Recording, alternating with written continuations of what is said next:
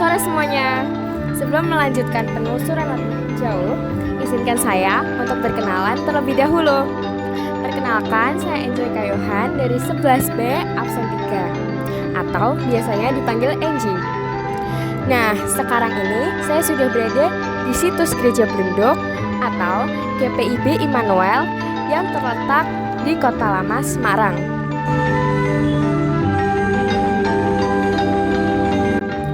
Nah, untuk alamat lengkapnya terdapat di sebelah sini. Bangunan ini didirikan pada tahun 1742 dan merupakan bangunan peninggalan zaman kolonial Belanda bergaya arsitektur Eropa klasik abad 17 sampai 19.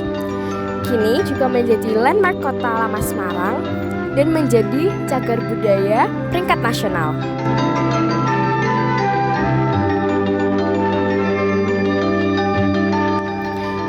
Yang memprakarsai pendirian situs ini adalah pemerintahan Belanda dari masa kolonial Belanda serta direnovasi oleh H.P.A. de Wilde dan W. Westmas.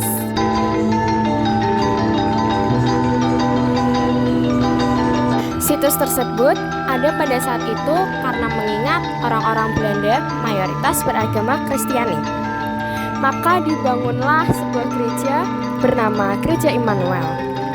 Bangunan gereja tersebut semula merupakan pengembangan pembangunan dari peninggalan gereja yang dibangun oleh orang-orang Portugis saat dulu berkuasa di Nusantara sebelum kolonial Belanda. Tidak terlepas dari tempat berdirinya gereja ini, yakni Semarang, maka arsitektur gereja semula berbentuk rumah panggung Jawa. Selain itu, atapnya pun juga sesuai arsitektur Jawa. Hingga memasuki tahun 1787, bentuk gereja yang semula rumah panggung tersebut mengalami perombakan secara total sampai tahun 1794.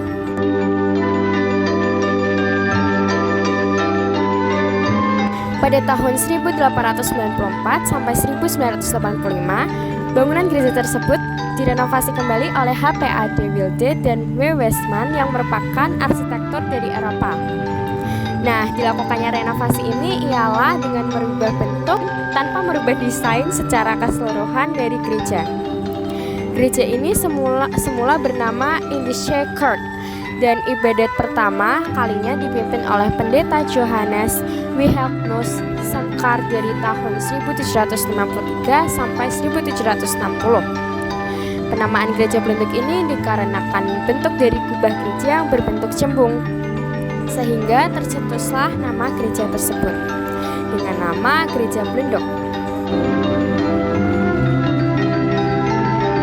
Kata Blendok berasal dari kata dalam bahasa Jawa blenduk yang berarti suatu bentuk yang menggelembung besar. Menjadi gereja tertua di Jawa Tengah dan telah menjadi bangunan cagar budaya, kini gereja Blendok masih aktif digunakan menjadi rumah ibadah bagi jemaat gereja Protestan di hari Minggu pagi dan sore. Dan dalam kondisi normal, gereja ini mampu menampung sekitar 300 jemaat. Karena sudah berusia ratusan tahun, gereja Blendok sangat membutuhkan upaya pelestarian yang sungguh-sungguh. Upaya pelestarian itu membutuhkan dana yang tidak sedikit, sehingga diperlukan kepedulian berbagai pihak.